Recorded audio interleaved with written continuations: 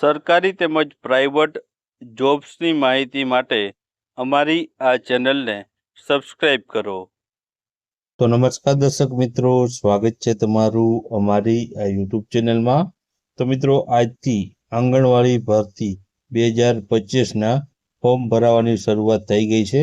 મિત્રો, આંગણવાડીમાં છે કુલ 9,000 જેટલી જગ્યાઓ પર ભરતીની જાહેરાત બહાર પડી છે, જેમાં આંગણવાડી કાર્યકર અને તેડાગર બહેનો માટેની ભરતી છે તે જાહેર કરવામાં આવી છે. તો મિત્રો, હવે આ ભરતીમાં તમારે ફોર્મ ભરવું હોય તો કઈ રીતના તમે ફોર્મ ભરી શકો તેની સ્ટેપ બાય સ્ટેપ માહિતી આપણે છે આ વિડીયોમાં જોવાના છીએ. તો વિડીયોમાં છે શરૂઆતથી અંત સુધી બન્યા રહેજો, અને વિડીયો પસંદ આવે તો વિડીયોને લાઈક કરજો અને વિડીયોને શેર કરજો. તો ચાલો આપણે વિડીયોની શરૂઆત કરીએ. તો સૌપ્રથમ તો મિત્રો, તમારે ગૂગલ ઉપર જઈને છે તમારે જે છે EHMRS જે આ વેબસાઇટ છે તે તમારે ગૂગલમાં જઈને છે સૌપ્રથમ વાર સર્ચ કરવાનું રહેશે, અને આ પહેલી જ જે વેબસાઇટ છે EHMRS તેના પર ક્લિક કરવાનું રહેશે. તેના પર ક્લિક કરશો એટલે આ પ્રમાણે છે EHMRS ગુજરાત કરીને આ ઓફિશિયલ વેબસાઇટ છે, ત્યાંથી તમને છે ફોર્મ ભરવાના છે.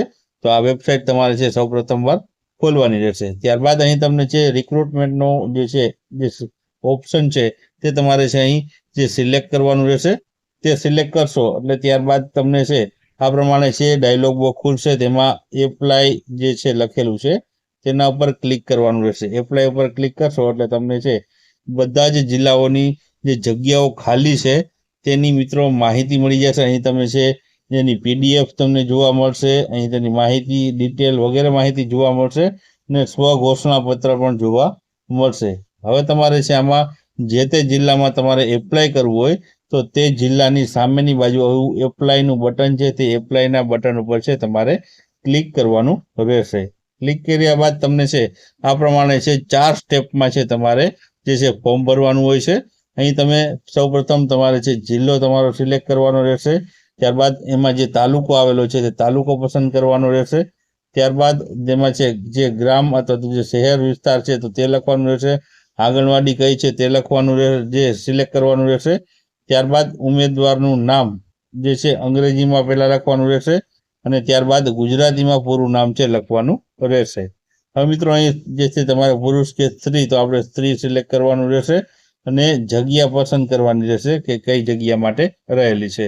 ત્યારબાદ આગળ તમારે છે તમારે જે છે મોબાઈલ નંબર અહીં છે તે નાખવાનો રહેશે, અને ત્યારબાદ આગળ વાત કરીએ તો ત્યારબાદ છે તમારે જે છે મોબાઈલ નંબર નાખશો એટલે તમને છે એક OTP છે તમને આવશે, તે OTP નાખવાના રહેશે. અહીં સેન્ડ OTP લખેલું છે, તે બધું સિલેક્ટ કર્યા પછી આ કેપ્ચા કોડ નાખ્યા પછી સેન્ડ OTP કરવાનું રહેશે, અને OTP નાખીને તમારે છેલ્લે છે લીલું બટન છે તેના પર ક્લિક કરવાનું રહેશે. ત્યારબાદ તમારે છે ઉમેદવારની જે માહિતી છે ભરવાની રહેશે. તો ઉમેદવારની માહિતીમાં જે તે જિલ્લો સિલેક્ટ કરો, અહીં જામનગર જિલ્લો સિલેક્ટ કર્યો છે તો જામનગર જિલ્લો છે તો એમાં તાલુકો કયો આવે છે તો જામનગર ગ્રામ્ય છે. શહેર કયું આવે છે તો ફલ્લા લખેલું છે.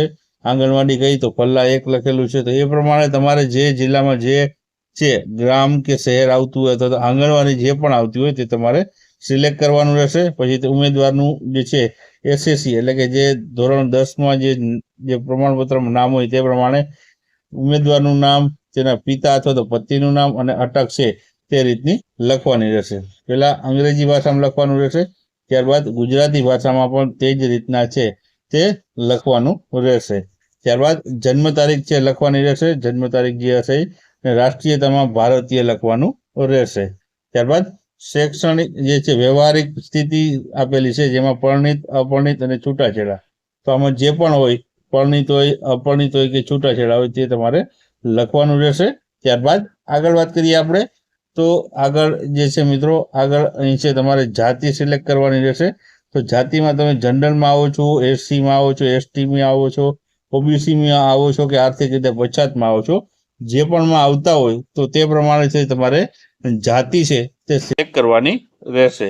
ત્યારબાદ હવે મિત્રો, મામલતદાર દ્વારા જે પ્રમાણપત્ર જે આપવામાં આવતું હોય છે, જે તે પ્રમાણપત્રનું જે છે તમારે માહિતી લખવાની હોય છે જાતિનું. ત્યારબાદ તેમાં જોઈએ તો તેમાં જે છે જામનગર જે જિલ્લો સિલેક્ટ કરેલો છે તો તેમાં તાલુકો, ગ્રામ્ય વિસ્તાર, ફલ્લા જે આપણે લખ્યું તે મુજબ પિનકોડ તમારા જે લાગુ પડતા હોય તે લખવાના રહેશે અને પ્રમાણપત્રની તારીખ જે મામલતદાર તરફથી તમને જે પ્રમાણપત્ર છે તે જે છે તે આપવા મેળવ્યું હશે તેનું પ્રમાણપત્ર તમારે છે અહીં તે છે રજૂ કરવાનું રહેશે અને છેલ્લે મોબાઈલ નંબર લખવાના રહેશે.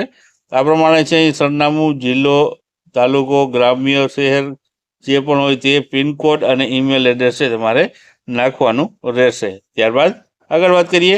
ત્યારબાદ જો તમે જે આ અગાઉ તમે છે તે એક્સપિરિયન્સ ધરાવતા હોય એટલે કે હાલમાં તમે છે કોઈ પણ કાર્યકર બેન તરીકે અથવા તો તેડાગર બેન તરીકે કાર્ય કરતા હોય તો તમારે છે આ સિલેક્ટ કરવાનું રહેશે. તો હાનું સિલેક્ટ કરવાનું રહેશે એક્સપિરિયન્સ ડિટેલ તો તમારે છે નાખવાની રહેશે. નહીં તો તમારે છે સબમિટ એન્ડ નેક્સ્ટ ઉપર ક્લિક કરી આગળ વધી જવાનું રહેશે. ત્યારબાદ મિત્રો છે હવે તમારે જરૂરી જે છે માહિતી નાખવાની હોય છે. ધોરણ 12 અથવા તો ધોરણ 10 પછી તમે જે કોઈ વધારાના કોર્સ કરેલા હોય તો તે અંગેની માહિતી મિત્રો આમાં છે. અહીં તમે ધોરણ 12 પછી 12 અથવા તો ધોરણ 10 પછી જે પણ કોર્સ તમે કરેલો હોય, સ્નાતક કરેલું હોય, અનુસ્નાતક કરેલું હોય તો તે જે તમે કરેલું હોય તો તેની માહિતી તમે છે આમાં વધારાની માહિતી તરીકે જે છે તે નાખી શકો છો. ત્યારબાદ આગળ મિત્રો છે તમારે છેલ્લે છે તમારે ફોટો અપલોડ કરવાનો રહેશે. તમારો જે પણ ફોટો છે તેને છે અપલોડ કરવાનો રહેશે. અહીં તમને જે છે માપ આપી દીધો છે 5 સેમી ગુણ્યા 3.6 સેમીનો પહોળાઈવાળો તમારે ફોટો છે તે અપલોડ કરવાનો રહેશે. ત્યારબાદ મિત્રો બીજા જરૂરી ડોક્યુમેન્ટો જે છે અપલોડ કરવાના રહેશે. ત્યારબાદ આપણે જોઈએ કયા ડોક્યુમેન્ટો છે તે અપલોડ કરવાના હોય છે. તો તે સ્વઘોષણા પત્ર છે, જન્મ તારીખનું જે દાખલો છે અથવા તો શાળા છોડ્યાનું પ્રમાણપત્ર છે તે અપલોડ કરવાનું રહેશે. ત્યારબાદ મામલતદાર દ્વારા આપવામાં આવેલો સ્થાનિક રહેઠાણનો દાખલો મિત્રો તમારે અપલોડ કરવાનો રહેશે. ધોરણ 10ની જે માર્કશીટ, ધોરણ 12ની માર્કશીટ તમારે છે જેટલા પણ પ્રયત્ન સાથે કરેલા હોય તે તમારે છે જે છે સાથે અપલોડ કરવાના રહેશે. એક પ્રયત્ન પાસ કરી હોય તો 1, 2 પ્રયત્ન તો 2, 3 આવી રીતના અલગ અલગ જે તમને ઓપ્શન આપેલા છે જેટલા પણ પ્રયત્ન સાથે તમે પાસ કરેલું હોય તે તમામ માર્કશીટ છે તમારે અપલોડ કરવાની રહેશે.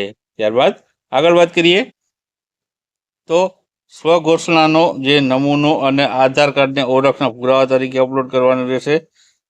આ મિત્રો આપણે અગાઉ જોઈ લીધું તે મુજબ જન્મ તારીખનો દાખલો અને મામલતદાર દ્વારા જે રહેઠાણનો પુરાવો છે આ બધા ડોક્યુમેન્ટ તમારે છે સ્કેન કરી અહીં જે ચૂઝ ફાઇલ છે ત્યાં ઉપર જઈને તમારે છે એક એક કરીને તમામે તમામ અપલોડ કરવાના રહેશે.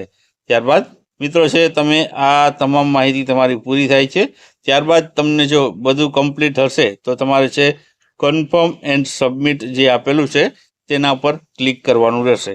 આના પર તમે ક્લિક કરશો એટલે કે તમારી અરજી છે તે કન્ફર્મ થઈ જશે અને તમારી અરજી છે નોંધાઈ જશે અને તમારું જે છે આખું ફોર્મ છે તે સેવ થઈ જશે અને છે તમે તમારી અરજી છે ઓનલાઈન થઈ જશે. તો આ પ્રમાણે તમે છે ઓનલાઈન અરજી છે આ ભરતી માટે કરી શકો છો. આમાં જે ડોક્યુમેન્ટ છે તે તમારે છે અપલોડ એટલા બધા કરવાના રહેશે. તો આ પ્રમાણે તમે છે ઘર બેઠા અથવા તો તમે છે તમારા કોમ્પ્યુટર દ્વારા છે જાતે છે અપલોડ કરી અને ફોર્મ ભરી શકો છો.